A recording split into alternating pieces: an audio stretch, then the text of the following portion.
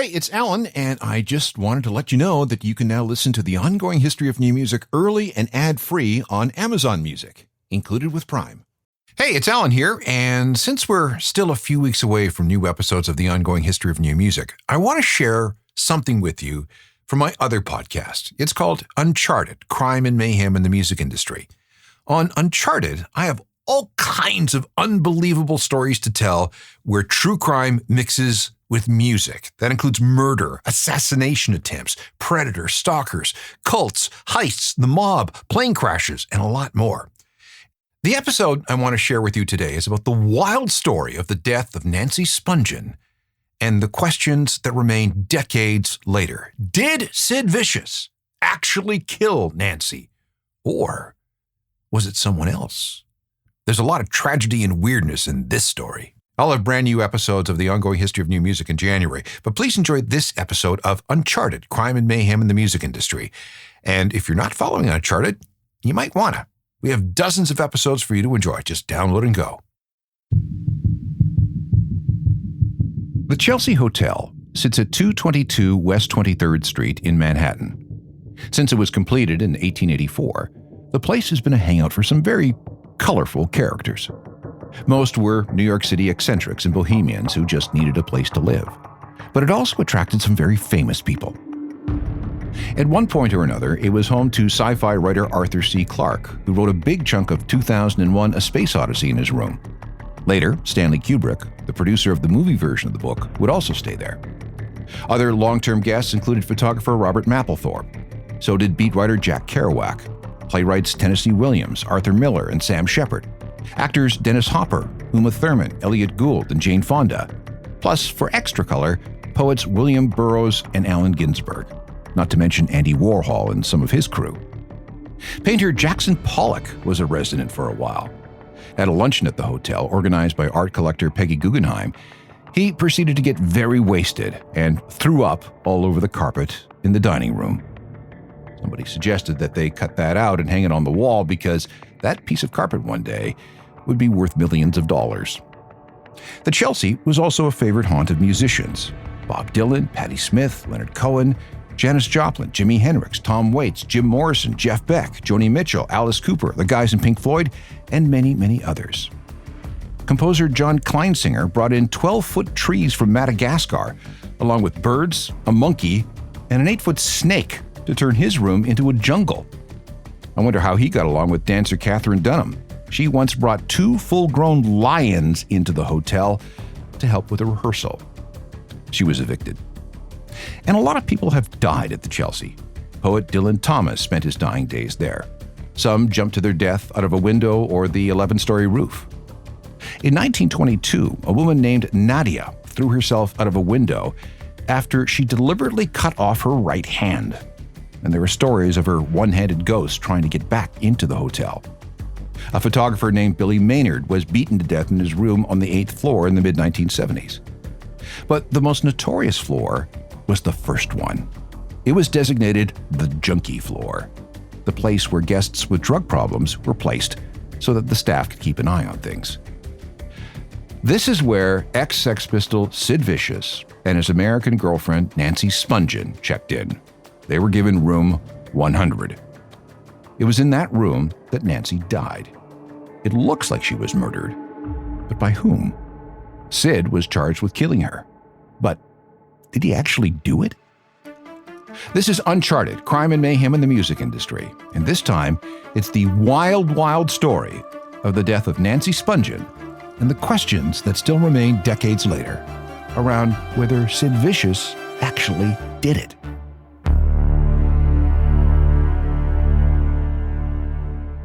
Something brutal, bloody, and deadly happened in room 100 of New York City's Chelsea Hotel on the night of October 11, 1978.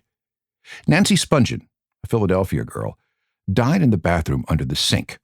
She'd been stabbed in the abdomen with a Jaguar Wilderness K11 knife with a 13-centimeter blade. That knife had been purchased by her boyfriend Sid Vicious earlier in the week. He was definitely the owner. But does that mean Sid killed Nancy? Stay with me because the answer isn't very clear, and we may have the name of the actual murderer. We'd better start at the beginning because there's a lot of tragedy and weirdness in this story. Sid Vicious's real name is John Simon Ritchie. He was born on May 10, 1957. His mother, Anne, was a high school dropout who met Sid's father while she was enlisted in the Army. His father, John, was, believe it or not, a guardsman at Buckingham Palace. He was also a semi-pro trombone player. When Sid was born, Mum whisked him to the Spanish island of Ibiza.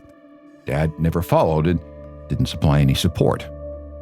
Ma became a pot dealer to pay the bills.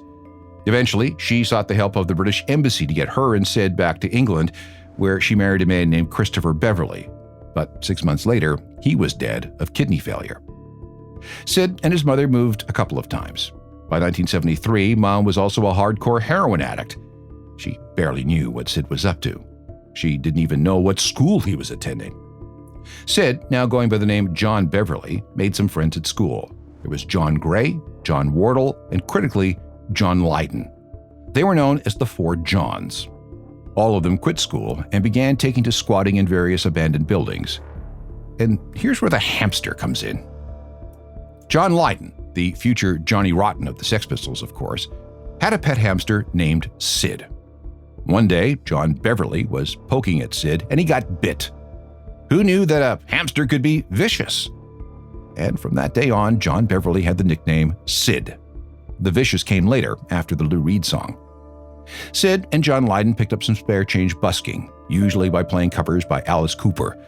It was Lydon on vocals and violin, and Sid on acoustic guitar and tambourine. The joke was that they'd played these Alice Cooper covers until they were paid to stop. All four hung around a clothing shop called Sex on the King's Road in Chelsea, which is where owner Malcolm McLaren recruited John Lydon to be the singer of a group that would be a living, breathing advertisement for his store. He called them the Sex Pistols. And that's when John Lydon became Johnny Rotten. Sex also employed a young American named Chrissy Hind. She was working in the UK illegally. She paid Sid £2 to marry her so she could get a work permit. And it almost happened too, but the day they went to get married, the office was closed. As the Sex Pistols did their thing, Sid tried to learn to play bass by listening to the first Ramones album. He also started going to a lot of gigs. In June 1976, he went to a Pistols gig where he got into a fight with musical journalist Nick Kent, a writer at the NME. Sid went up to him and said, "Oi, I don't like your trousers," and bashed him up pretty good with the rusted bicycle chain that he carried with him.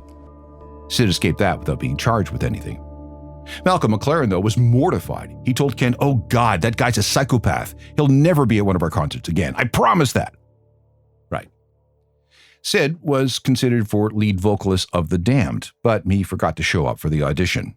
Eventually, he found his way into a band called Flowers of Romance, but that didn't amount to anything. On September 20th, 1976, Sid somehow ended up playing drums for a very early version of Susie and the Banshees at a 2-day punk event called the 100 Club Punk Special, where the group improvised interminably on the Lord's Prayer.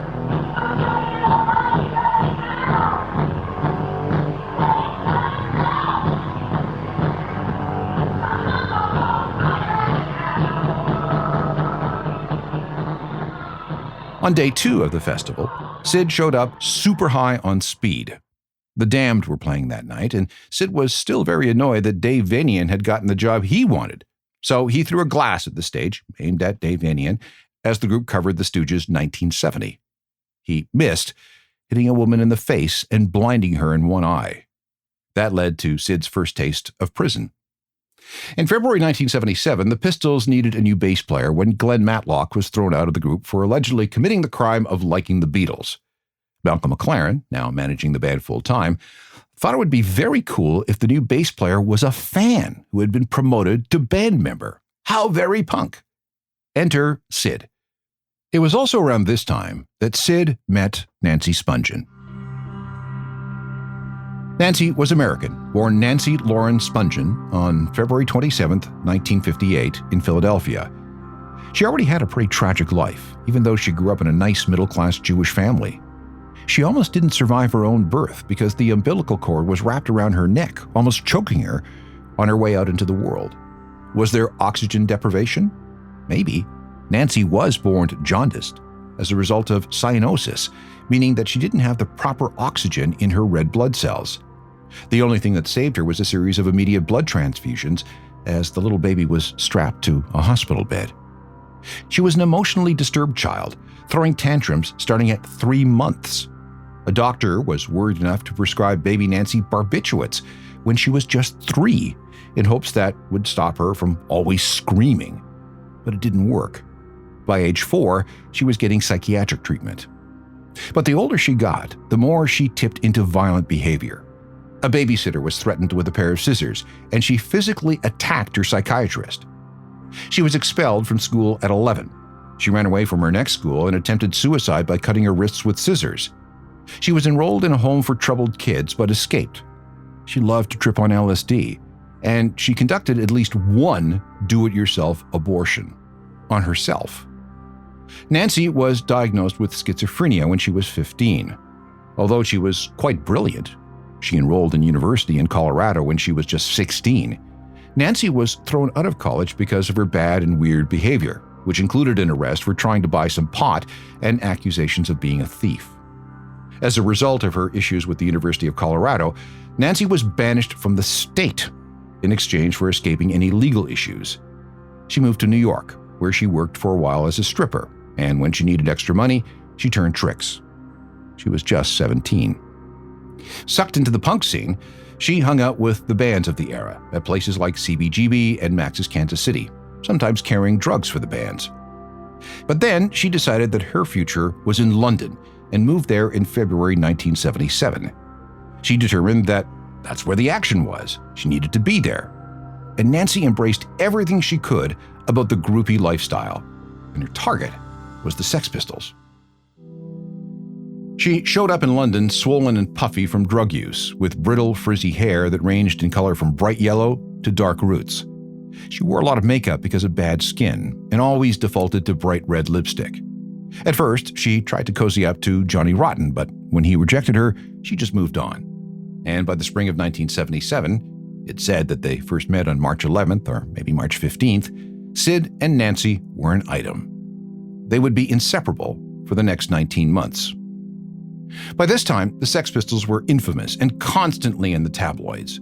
Nancy, who inserted herself everywhere, was dubbed Nauseating Nancy by the press because of her loud American attitude. She and Sid also settled into a serious addiction to heroin. And here is when things started to go off the rails. Very far off the rails. Soon, Nancy would be dead, and Sid in jail and accused of her murder.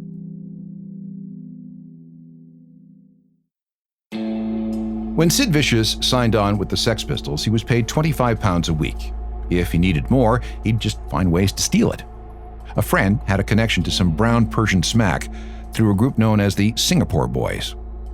Sid and Nancy were inseparable, demonstrated by a couple of gray metal padlocks that they intertwined.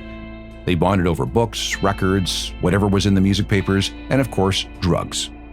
But they'd also fight like two pit bulls on steroids, often with each other, sometimes with people outside their circle.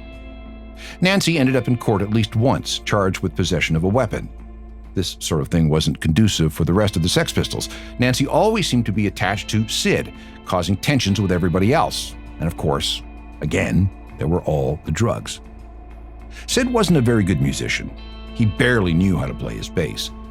But some nights were better than others. Here they are in Stockholm in July 1977.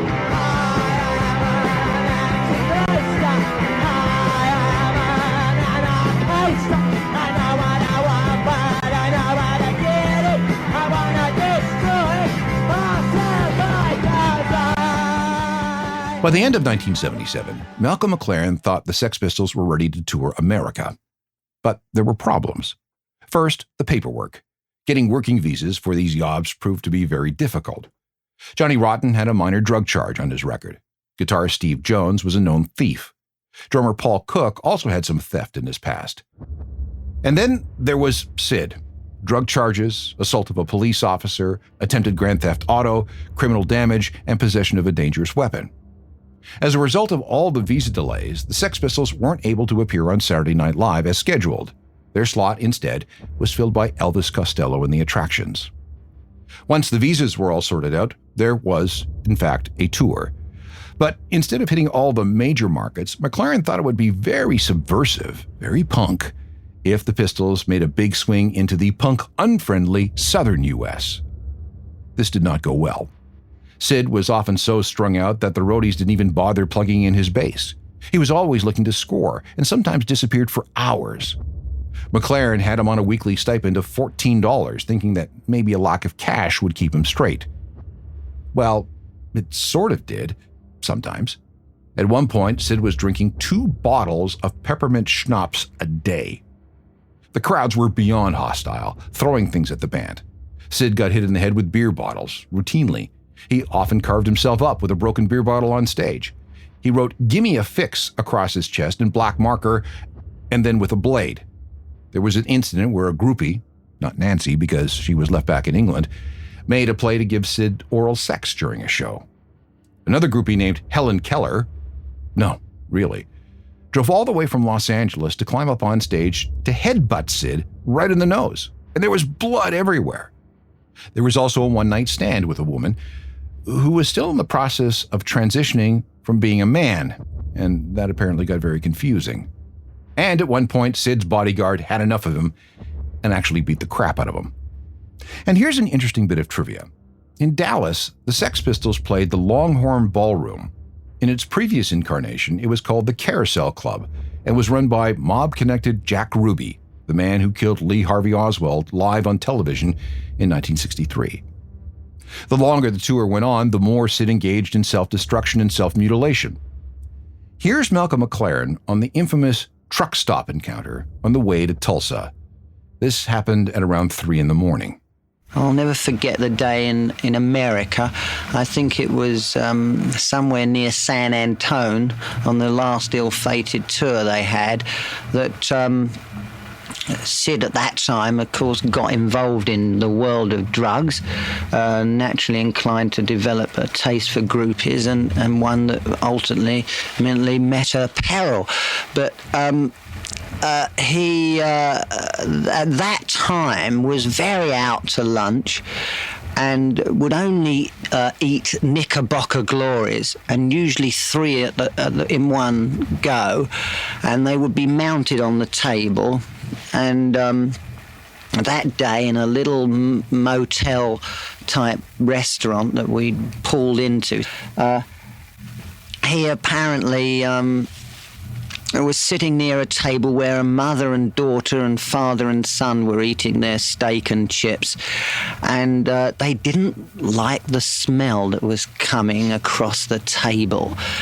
And we, of course, never sat with him anyway. We were quite used to the idea. But he was wearing his typical chain round his neck and this dirty black T-shirt that he hadn't taken off for 6 months. And it had this big swastika on it, and his leather jacket, and his feet were black but hidden by the boots that he wore. And noises began to appear from the table of this family and saying rather rude things about our dear Sid. And Sid, not one to stand by, decided to get up from the table and did a thing you might all reel in horror now. He went round to the back of the gentleman that was eating his steak and chips and pulled his sleeve back and threw his arm over and above the man's head and over the man's plate, up fairly high, and withdrew a penknife from his pocket and slashed his arm, and all the blood blew out like ketchup over the man's steak. Well, you can imagine that place. This was full of very rednecky guys, long-distance truck drivers. I thought we were going to die. By the time the tour limped into the Winterland Ballroom in San Francisco on January the 14th, the Sex Pistols were running on fumes. And then, for the final song, they came to an end. You can hear the anger and frustration in Johnny Rotten's voice. You'll get one number and one number only, because I'm a lazy bastard. 2, 1. This is no fun. no fun. It is no fun at all. No fun.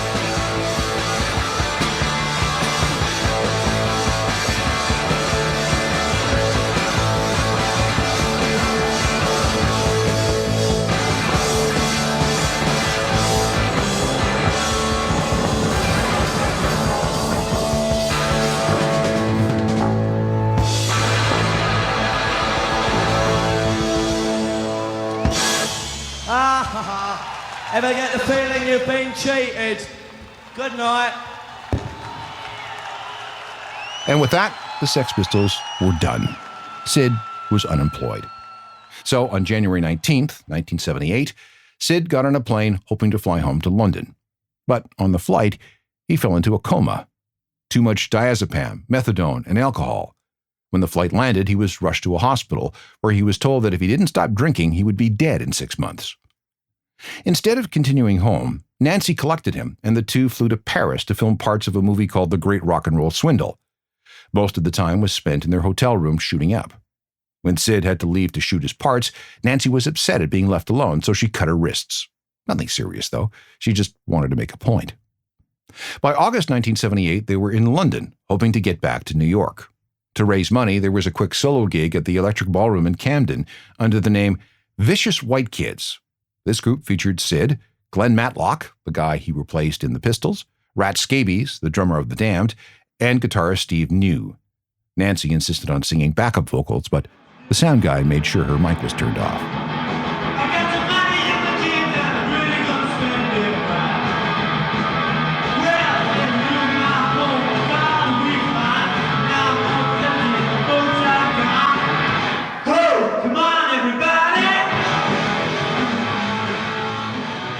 With a couple of $1,000s from that gig on August 15, 1978, Sid and Nancy flew to New York, arriving on August 23rd, checking into the Chelsea Hotel, registering as Mr. and Mrs. John Ritchie.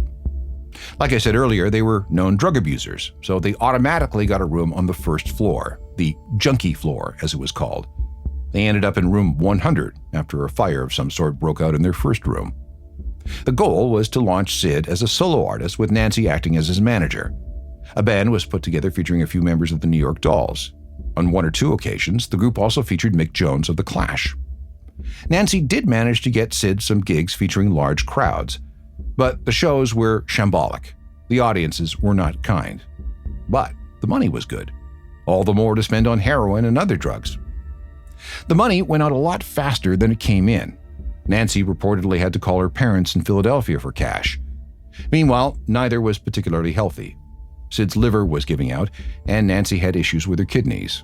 She asked her mom to help get the two of them into some kind of detox program. But then came the night of October 11, 1978.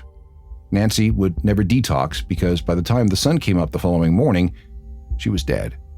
It was murder, we think. Who killed her? This is where the mystery begins. And maybe after all these years, we finally know who did it.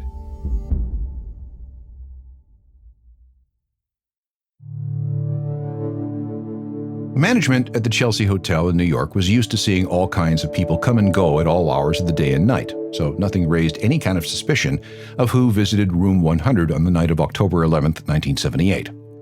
Here's what we know. Sid Vicious and Nancy Spungen were there, as usual, and having some kind of party. Guests came and went. At 9:45, the couple went down the hall to room 119, where they visited with Kathy O'Rourke, a friend of Nancy's, and Neon Leon Webster, an aspiring singer, and her boyfriend. Sid flipped through some old photos, stroking his face with one of his new knives. He looked at everyone and said, "I've lost my looks. I really used to look good. I have no future." Around midnight, they left room 119 and went back to room 100. Kathy had to go to her go-go dancing job. Leon said he went to Max's Kansas City, but no one seemed to have seen him there that night. Or maybe he went somewhere else. He was just confused. We'll get back to him in a moment.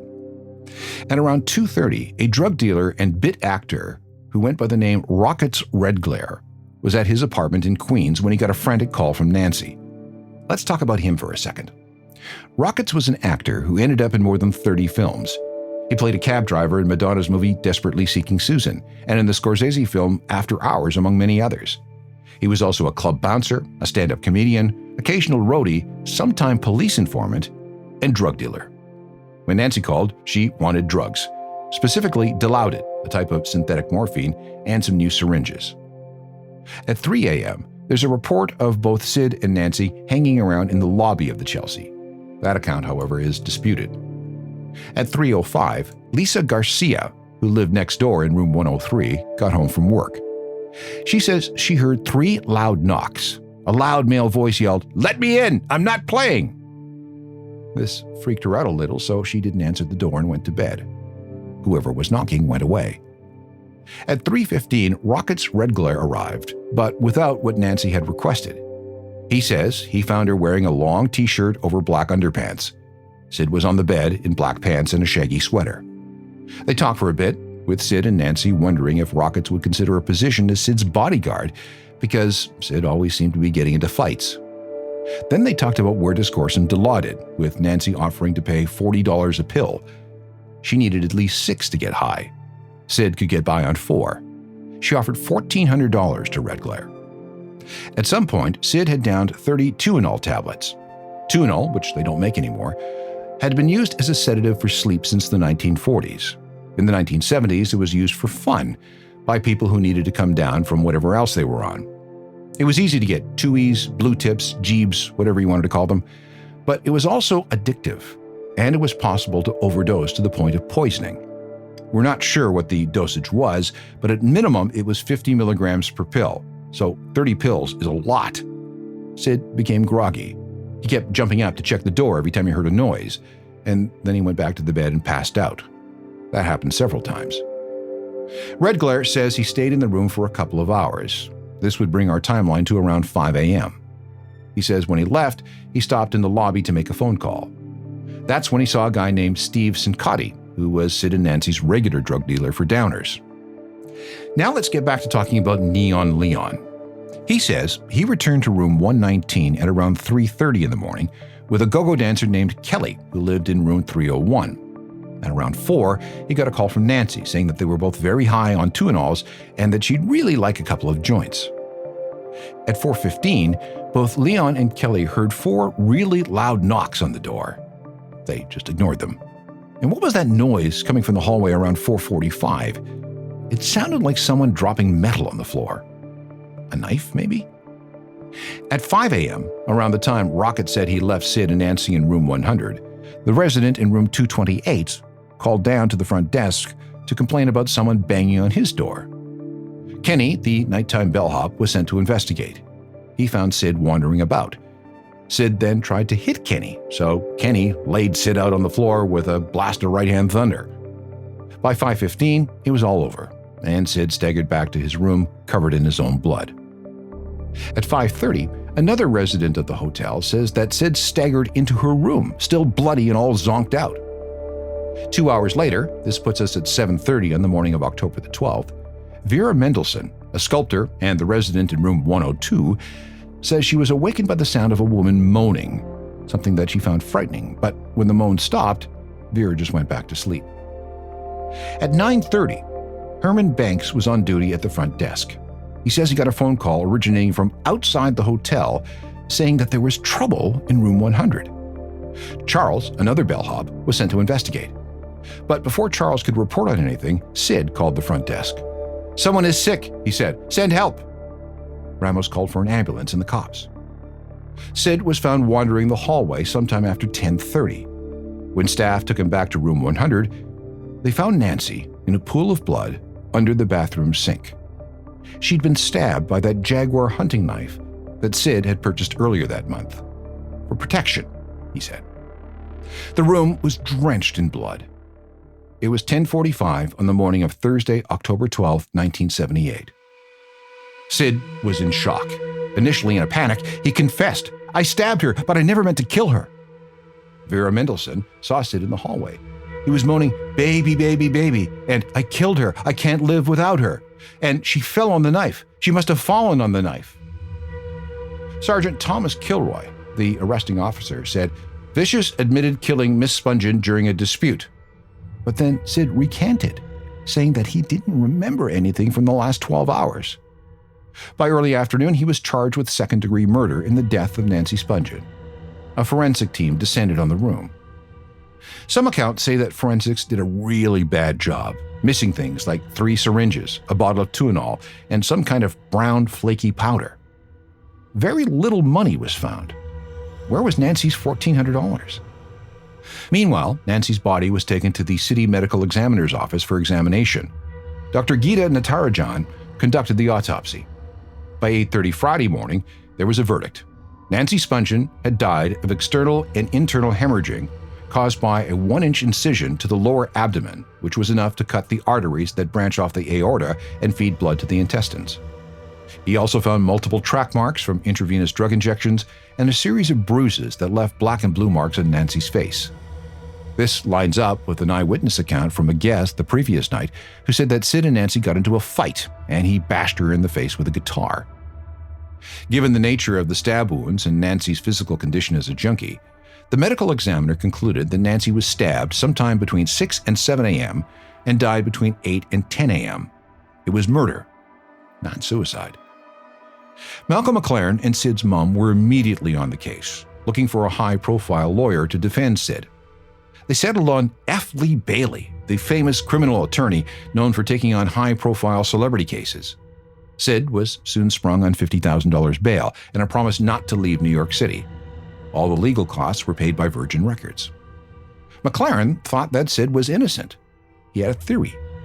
He thought that the couple was robbed by an unknown guest who then stabbed Nancy.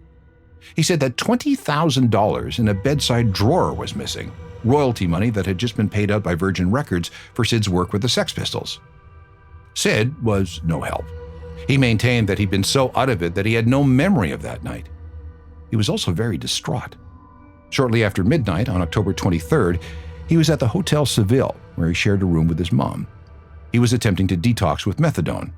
But then that night he went into the bathroom and cut up his arms and wrists with a razor and a crushed light bulb. When Joe Stevens, one of Sid's friends, arrived, he was lying on the bed saying that he'd made a pact with Nancy and that all he needed was a few more Quaaludes to finish himself off. When the ambulance arrived, Sid made an attempt to jump out the window, but was blocked. He was taken to the Bellevue Psychiatric Unit, where his wounds were treated before he was transferred to another hospital. He was discharged on November 26th.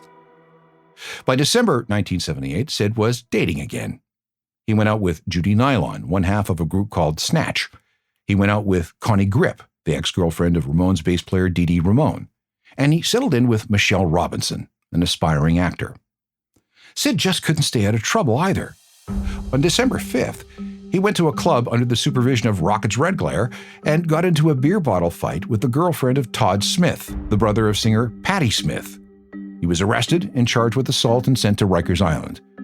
He stayed there until January 18th before being released on $10,000 bail and the condition that he report to the homicide unit 3 days a week. Oh, and no more nightclubs for Sid. By February 1st, 1979, Sid was more or less clean. He was out of Rikers and had just completed his detox program. But the first thing he did when he got back to Manhattan was to ask a friend for $200 worth of heroin. He dropped it off at Michelle Robinson's apartment at 63 Bank Street. There was a celebratory party that night. Jerry Only of the Misfits was there, so was Jerry Nolan of the Heartbreakers, future Danzig bassist Howie Pyro, and a couple of female friends. Sid's mom made everybody spaghetti. Afterwards, they all sat around doing drugs. The party, such as it was, wrapped up at around 3 in the morning. By that time, Sid had already nodded off multiple times thanks to the Tuinols he'd been taking. He says he needed them for sleep. Sometime after that, everybody went to bed. So did Sid. And he took some heroin with him. Now, we're not entirely sure where that heroin came from, although it's very possible that Mom slipped him a little. After all, she was a junkie and sympathized with her son's plight. Sid would never wake up. He overdosed for the last time, allegedly because of a suicide pact he had made with Nancy. Sid left a note that read, "Bury me in my leather jacket, jeans, and motorcycle boots. Goodbye." He was just 21. The Sid and Nancy story stayed in the papers for months. Michelle Robinson was forced to move and change her name. Sid was cremated, and his mother took his ashes and spread some on Nancy's grave in Philadelphia. She took the rest home to London, but there's a story, possibly apocryphal, that she tripped when she arrived at Heathrow, spilling some of Sid's ashes and watching them get sucked up into the air conditioning ducts. So here is the question we asked at the beginning. Did Sid Vicious fatally stab Nancy Spungen with a Jaguar K11 knife sometime in the early morning hours of October 12, 1978? Maybe, and maybe not. The most popular alternative theory is that Nancy was killed by Rocket's red glare. This theory states that he murdered Nancy, while Sid was zonked out on the bed, in the process of robbing the couple. Remember, there was not only that $1,400 we talked about, but that alleged $20,000 in the bedside cabinet. In a book called Pretty Vacant, author Phil Strongman advances this theory, saying that Rockets killed Nancy, took all the money, and was seen the following days flashing a lot of blood-stained bills and brand new clothes, less than 48 hours after he professed to being broke and begging people to buy him drinks in and around Greenwich Village. Where did the money come from? Where did the new clothes come from? This story is reinforced by the findings of underground filmmaker Nick Zedd. Redglare denied all accusations. However, it is said that he blabbed about what he did to his circle of friends. Was he telling the truth? Or was he just hungry for attention? There's also a story that he tried to sell a snuff film of Nancy's murder. I quote Redglare, "I know that Sid did not kill Nancy.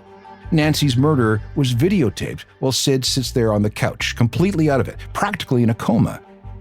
Does this tape really exist? Who shot it? And who killed Nancy? Well, according to Rockets, we don't know. And we never will know.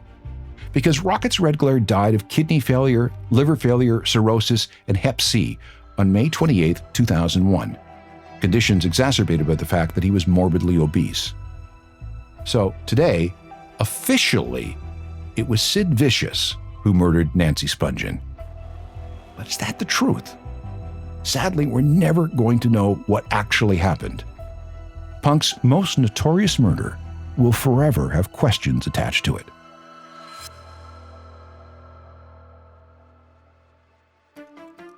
If you have any questions or comments about anything you hear on this podcast, shoot me an email, alan@alancross.ca. We can also meet up on all the social media sites, along with my website, ajournalofmusicalthings.com, which is updated with music news and recommendations every day. There's also the daily free newsletter that you should get. And please check out my other podcast, The Ongoing History of New Music, which deals with rock music at large. There are hundreds and hundreds of episodes that you can enjoy, all for free. See you next time for more stories of crime and mayhem in the music industry. Episodes arrive every 2 weeks. Technical productions by Rob Johnston. I'm Alan Cross.